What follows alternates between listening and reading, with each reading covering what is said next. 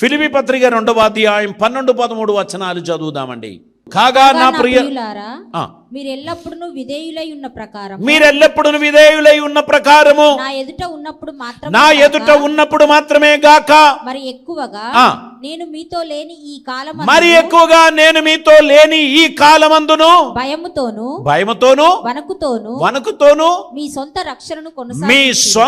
రక్షణను కొనసాగించుడి. దేవునికి స్తోత్రం.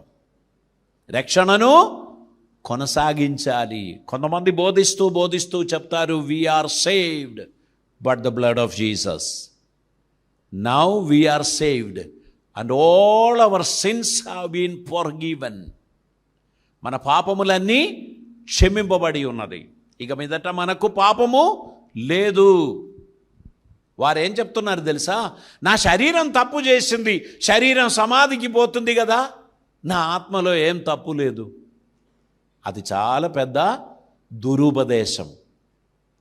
నీ శరీరముతో తప్పు చేయకుండా ఉండడానికే రక్షణ అను శిరస్త్రాణమును ధరించుకొని దేవుని అడుగు జాడలో నువ్వు నడవాలి, దైవ చిత్తం నెరవేర్చాలి, నీ రక్షణను నువ్వు కొనసాగించాల్సిన అవసరత ఉంది అని బైబిల్ తెలియపరుస్తున్నారు.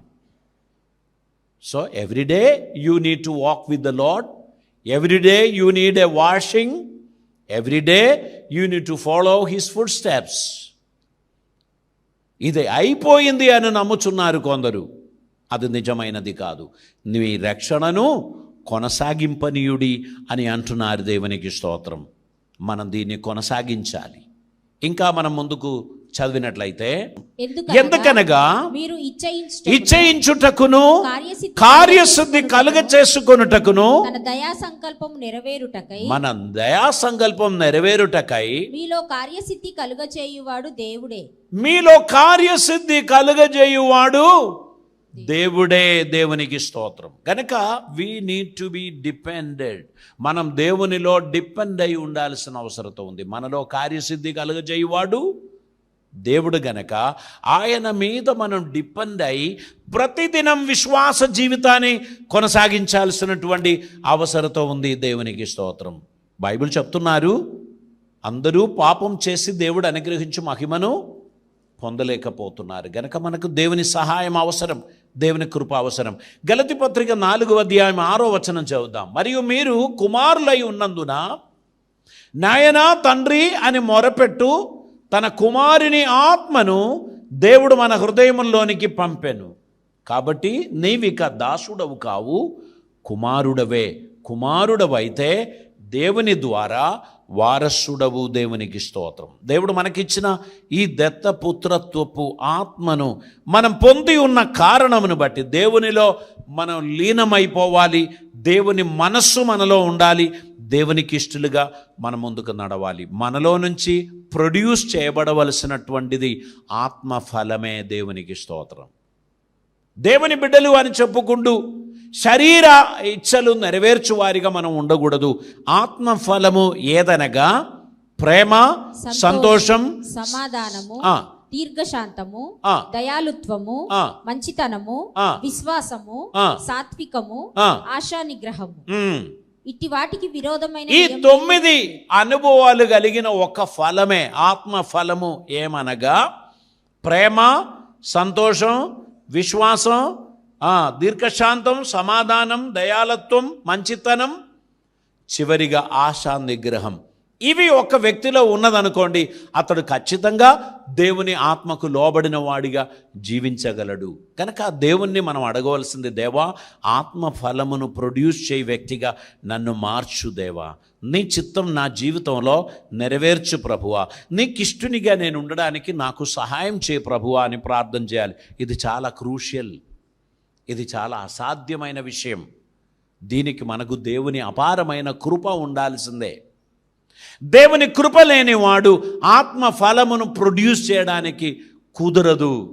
ఎందుకంటే లోకం, పాపం, సైతాన్ మనల్ని అట్రాక్ట్ చేసేది శరీరేచ్ఛలను నెరవేర్చడానికి. ఆత్మానుసారంగా జీవించడానికి మనకు దేవుని అపారమైన కృప అవసరమై ఉంది. దేవుడు తన కృపలో మనల్ని నడిపించుచున్నాడు గనక మనం ఆయన సన్నిధిలో జీవించగలుగుచున్నాం. మూడవ అనుభవం ఏంటంటే గ్లోరిఫికేషన్, మహిమలో మనము నడవడం, దేవునికి మహిమార్థంగా మనం జీవించటం. ఇది ఎప్పుడు సాధ్యమవుతుంది తెలుసా? యేసయ్య రాకడ సమయంలో మాత్రమే సాధ్యమవుతుంది. మనం గ్లోరిఫై అయ్యేది మహిమలో ప్రవేశించినప్పుడు మాత్రమే. అది ప్రభు రాకడలోనే సంభవిస్తుంది. గనుక మన విశ్వాస జీవితం ముందుకు కొనసాగిస్తూ ప్రభు రాకడ వరకు ఆసక్తిగా మనం జీవించడానికి మనకు దేవుని కృప ఎంతో అవసరమై ఉన్నది. దేవునికి స్తోత్రం. ఫిలిప్పీ పత్రిక 3వ అధ్యాయం 20వ వచనాన్ని మనం చదువుదామండి. 20-21 వచనాలు. మన పౌరస్థితి పరలోకమందున్నది, అక్కడ నుండి ప్రభు అయిన యేసుక్రీస్తు అను రక్షకుని నిమిత్తము కనిపెట్టుకొనిచున్నాం. సమస్తమును తనకు లోపరచుకొనజాలిన శక్తిని బట్టి ఆయన మన దీన శరీరమును తన మహిమ గల శరీరమునకు సమరూపము గల దానిగా మార్చును. ఇది ఎప్పుడు జరుగుతుంది? ఆయన రాకడ సమయంలో మాత్రమే. కాబట్టి ఈ లోకంలో జీవించుచున్నప్పుడు ఈ శాంక్టిఫికేషన్ ప్రాసెస్, ఈ కడగబడే ప్రాసెస్ ప్రతిదినం చేసుకుంటూ మనం ముందుకు సాగిపోవాలి. బిడ్డకు తండ్రికి మధ్యలో ఏమైనా విభేదం ఉందనుకోండి, ఆ బిడ్డ రియలైజ్ అవ్వాలి. తండ్రి నా అథారిటీ, నా అధికారం, నేను నా తండ్రితో అలిగి జీవించటం దైవ చిత్తం కాదు. I have to reconcile with my father. నేను నా తండ్రితో సమాధాన పడవలసిన అవసరత ఉంది, నా తల్లితో సమాధాన పడవలసిన అవసరత ఉంది. తల్లితో తండ్రితో కొట్లాడుతూ ఫైట్ చేస్తూ నేనేమీ సాధించలేను అనేటువంటి విషయాన్ని గ్రహించి తల్లిదండ్రులతో సమాధానంగా జీవించడం చాలా అవసరం. భార్యాభర్తలు ఒకరితోనొకరు పోట్లాడడానికి వీల్లేదు. వారిద్దరు కూడా క్రీస్తు శరీరము ద్వారా, క్రీస్తు కృప ద్వారా ఏక శరీరముగా చేయబడిన వారు. ఒక శరీరములో ఒక అవయవముతో ఇంకొక అవయవముకు పోరాటం వస్తే ఏం జరుగుతుంది? చాలా ఘోరమైన పరిస్థితి జరుగుతుంది. ఈ చేయితోని ఈ చెంపకు కొడతారు, ఎందుకంటే మనసు స్థిమితంగా లేదు. ఈ శరీరంతో నష్టం. రాయి తీసుకొని పాదం పచ్చడ చేస్తున్నటువంటి వ్యక్తిని ఏమని పిలవాలి? పిచ్చోడు. మన స్థిమితం పోయింది. భార్య భర్తను కొట్టడం కానీ, భర్త భార్యను కొట్టడం కానీ జరిగితే అదే జరుగుతుంది. ఎందుకంటే ఇక మీదట మీరిద్దరిగాక మీరు ఏక శరీరమై ఉన్నారు అని దేవుడు చెప్పారు. గనక భార్య భర్తలు ఒక్కరిగా ఉండాలి. భార్య మీద భర్త కానీ, భర్త మీద భార్య కానీ అనుమానం రాకూడదు, సంశయం రాకూడదు, కోపతాపాలు రాకూడదు. వారిద్దరు కూడా 2 కాళ్ళు లాంటిదే. శరీరానికి ఒక్క కాలు ఉంటే ఎట్లా నడుస్తారు? 2 కాళ్ళు అవసరం. భార్య భర్త వారి ఇరువురు కలిసి ఆ కుటుంబాన్ని ముందుకు నడిపిస్తున్నారు. అందులో దేవుడు ఉన్నాడు, దేవుడు సంతోషిస్తారు. వీరి మధ్యలో చిచ్చుపెట్టి, వారి మధ్యలో విభేదం పుట్టించి, వారిలో అసమాధానం కలుగజేయడానికి ప్రయత్నించేవాడు సాతానుగాడు. వారిని వెళ్ళగొట్టడానికి మనకు దేవుని కృప అవసరమై ఉంది. దేవునికి స్తోత్రం. హెబ్రీయులకు రాసిన పత్రిక 9వ అధ్యాయం 28వ వచనం చదువుదామండి. అలాగుననే క్రీస్తు కూడా అనేకుల పాపములను భరించుటకు ఒక్కమారే అర్పింపబడి తన కొరకు కనిపెట్టుకొని ఉండు వారి రక్షణ నిమిత్తము పాపం లేకుండా 2వసారి ప్రత్యక్షమగును. యేసు ప్రభు 2వసారి ప్రత్యక్షమవుచున్నప్పుడు మనకేం కలుగుతుంది? రక్షణ కలుగుచున్నది. మరి ఇప్పుడు మనం పొందినదేంటి? అది రక్షణలో మొదటి భాగం. రక్షణలో 2వ భాగం ప్రతిదినం కడగబడాలి, ప్రతిదినం ప్రార్థన చేయాలి, ప్రతిదినం బైబిల్ చదవాలి, ప్రతి వారం మందిరానికి వెళ్ళాలి, దేవునిలో ఎదగాలి, దేవునితో సమాధానంగా ఉండాలి, సహజీవులతో సమాధానంగా ఉండాలి, కుటుంబంలో సమాధానంగా ఉండాలి, వర్క్ ప్లేస్లో సమాధానంగా ఉండాలి. దేవుని చిత్తం నెరవేర్చుకుంటూ మనం ముందుకు పోవాలి అనేది దేవుని యొక్క ఉద్దేశం. మన రక్షణ కొనసాగింపబడుచున్నది. ఇప్పుడు చదివిన వచనంలో ఏమంటున్నారు? అలాగుననే క్రీస్తు కూడా అనేకుల పాపములను భరించుటకు ఒక్కసారే అర్పింపబడి తన కొరకు కనిపెట్టుకొని ఉండు వారి రక్షణ నిమిత్తము పాపం లేకుండా 2వసారి ప్రత్యక్షమగును. దేవునికి స్తోత్రం. యేసు ప్రభు వారు మనందరి రక్షణ కోసమే రెండవసారి ప్రత్యక్షమయ్యేది. అప్పుడు మన రక్షణ పరిపూర్ణమవుతుంది. మనం మహిమ ప్రవేశం పొందుచున్నాం. దేవునికి స్తోత్రం. కనుక క్రీస్తునందు మృతి చెందిన వారు ధన్యులు. ఆయన రాకడలో బ్రతికి ఉన్న మనకన్నా ముందుగా వారు రూపాంతర శరీరం పొందుతారు. యేసయ్యతో పాటు మనల్ని చేర్చుకోవడానికి వారు వస్తారు. అప్పుడు రెప్పపాటున మన రూపాంతర శరీరం పొంది ఆయనను ఎదుర్కొనుటకు మేఘములలోనికి కొనిపోబడదుము. దేవునికి స్తోత్రం. ఈ గొప్ప భాగ్యాన్ని మనం పొందబోచున్నాము అనేటువంటి విషయాన్ని మనం తెలుసుకున్నప్పుడు మనం అందరం గుర్తుపెట్టుకోవాల్సింది, యేసుక్రీస్తునందు ఉన్న వారికి ఏ శిక్షా విధియు లేదు. దేవునికి స్తోత్రం. రోమీలకు రాసిన పత్రిక 5వ అధ్యాయం మొదటి వచనం ఒకసారి చదువుదామండి. రోమాపత్రిక 5వ అధ్యాయం దాని మొదటి వచనం. కాబట్టి విశ్వాసం మూలముగా మనం నీతిమంతులుగా తీర్చబడి మన ప్రభు అయిన యేసుక్రీస్తు ద్వారా దేవునితో మనం సమాధానము కలిగి ఉందుము. దేవునికి స్తోత్రం. ఇక్కడ విశ్వాసం ద్వారా మనం నీతిమంతులుగా తీర్చబడ్డాము. ప్రభు అయిన యేసుక్రీస్తు ద్వారా దేవునితో మనకు సమాధానం ఉంది. మనమందరం రక్షింపబడిన వాళ్ళం. పిచ్చి పిచ్చి పనులు చేస్తూ తిరిగితే దేవునికి అస్సలు ఇష్టం ఉండదు. ఓ చిన్న ఉదాహరణ చెప్తా. మీ పిల్లలు ఇంటర్మీడియట్ పాస్ అయ్యారు. ఇప్పుడు బీటెక్ పంపాలా, ఎంబీబీఎస్ పంపాలా? మీరు చాలా రోజులు ఆలోచించారు, బిడ్డతో మాట్లాడారు, తన ఇష్టం తెలుసుకున్నారు. ఇప్పుడు చదివించాలంటే కొన్ని లక్షల అవసరం. ఆ బిడ్డ కోసం ఏం నిర్ణయం తీసుకున్నారు? ఉన్న పొలం అమ్మేస్తాం, బిడ్డ కంటే మించిది ఏమీ లేదు, ఆమెను చక్కగా చదివించాలి అని నిర్ణయం తీసుకున్న ఆ తండ్రి పొలం అమ్మారు. బెస్ట్ కాలేజీలో అడ్మిషన్ ఇప్పించారు. ఇప్పుడు బిడ్డ కాలేజీలో చదువుచూ ఉన్నది. తండ్రికి ఆనందం. పొలం పోయినా పర్వాలేదు, ఆస్తి పోయినా పర్వాలేదు, నా బిడ్డ చదివి గొప్పదిగా బయటికి వస్తుంది అని ఆశిస్తూ ఉంటే బిడ్డ అక్కడ ఏం చేస్తుంది?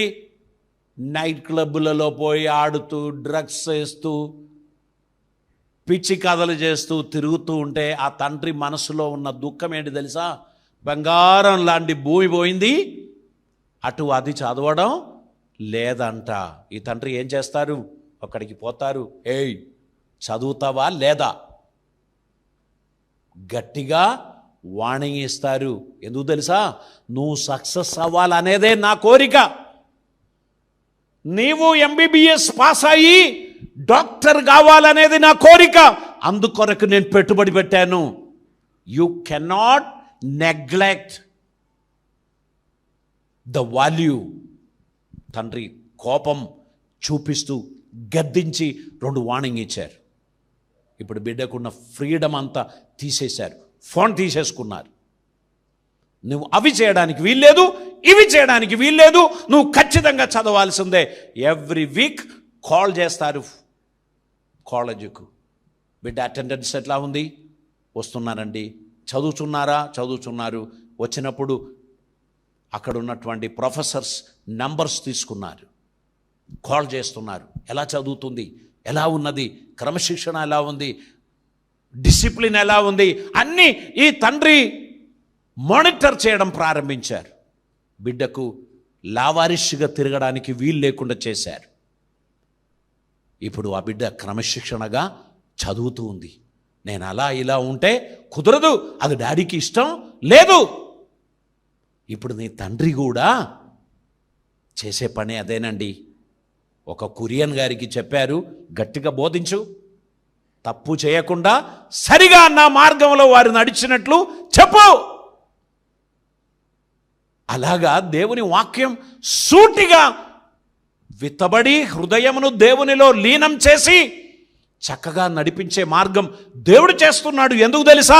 నీకోసం తన ప్రియ కుమారుని బలి అర్పించాడు. నీ రక్షణ కోసం. నువ్వు సక్సెస్ అవ్వాలి, నువ్వు ఫెయిల్ అవ్వడానికి వీల్లేదు. నువ్వు దేవుని చిత్తం భూమి మీద నెరవేర్చాలి అని ఆయన నిర్ణయించుకున్నాడు. నువ్వు ఆషామాషిగా ఉంటే ఆయన ఇష్టపడడం లేదు. ఆయన గద్దించుచున్నాడు. వాక్యం ద్వారా గద్దిస్తున్నాడు, ప్రవక్తల ద్వారా గద్దిస్తున్నాడు. అన్ని సందర్భాల్లో స్వప్నం ద్వారా గద్దిస్తున్నాడు. ఉద్దేశం ఏంటి తెలుసా? నువ్వు సక్సెస్ అవ్వాలి. ఎవ్రీడే మార్నింగ్ డివోషన్ ఉంది 6:30 to 7.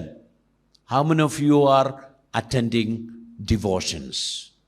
మీలో ఎంతమంది ఎవ్రీడే వాక్యాన్ని వింటున్నారు? మీరు స్ట్రాంగ్గా దేవునికి ఇష్టలుగా ఉండాలి అనుకుంటే you have to take a decision. దైవజనునికి 7 గంటల వరకు నిద్రపోవడానికి వీలు లేక కాదు, ఆయన ఆదేశం అమర్చ చేయాలి. నా బిడ్డలను వాక్యంలో నడిపించు, నా బిడ్డలకు అవసరమైన సందేశం అందించు, నా బిడ్డలు తప్పు మార్గంలో వెళ్లకుండా వారిని సరిచేయి అని చెప్పిన మాటకు తల వంచుకొని ఆ పనులు చేస్తుండే చాలామందికి అదేంటో కూడా తెలుస్తలేదు. మీకు అర్థమవుతుందా? డబ్బు ఖర్చు పెట్టి కాలేజీలో పంపిన తండ్రి, నీవు ఎక్స్కర్షన్కి వెళ్తున్నావు, పిక్నిక్కి వెళ్తున్నావు, నైట్ క్లబ్కు వెళ్తున్నావు అంటే ఇక్కడ సంతోషంగా మురిసిపడడు, దుఃఖపడతాడు. అయ్యో బిడ్డ, మనకు ఉన్న ఏకైక సంపాద్యం నీ చదువు కోసమే కదా డాడీ అమ్మింది. నువ్వు చదివి గొప్పదై ఒక స్టెథోస్కోప్ నీ మెడలో కనబడాలని నేను ఆశించినప్పుడు నువ్వేంటమ్మా ఈ చేసేది అని అడుగుచున్న ఆ తండ్రి వేదన ఆ బిడ్డకు అర్థం కావాలి. విశ్వాసి, నీకోసం తన ఏకైక కుమారుని బలి అర్పించిన తండ్రి, నీ పాప విమోచన కొరకు, నీ రక్షణ కొరకు తన ప్రియ కుమారుని అర్పణ చేసిన తండ్రి నీ విడుదల కొరకు ఎదురు చూస్తున్నారు. ఈరోజు మన జీవితాన్ని దేవునికి సమర్పిద్దామా? దైవ చిత్తం భూమి మీద నెరవేర్చడానికి మీరు మీ జీవితాన్ని ప్రభు సన్నిధిలో సమర్పిస్తారా? ఆయన నీ గురించి కనిపెడుతున్నాడు. నీవు ఒక మెచ్యూరిటీ కలిగిన క్రైస్తవునిగా దేవుని అడుగుజాడలో ఉండాలని దేవుడు కోరుచున్నారు. నీ జీవితంలో ఒక మెచ్యూరిటీ అవసరమని దేవుడు ఇష్టపడుచున్నాడు. ఇది నా జీవితం, ఇది నా ఇష్టం అని చెప్పడానికి నీ సొమ్ము కాదు నువ్వు ఖర్చు పెట్టేది, ఆయన సొమ్ము. హల్లెలూయా.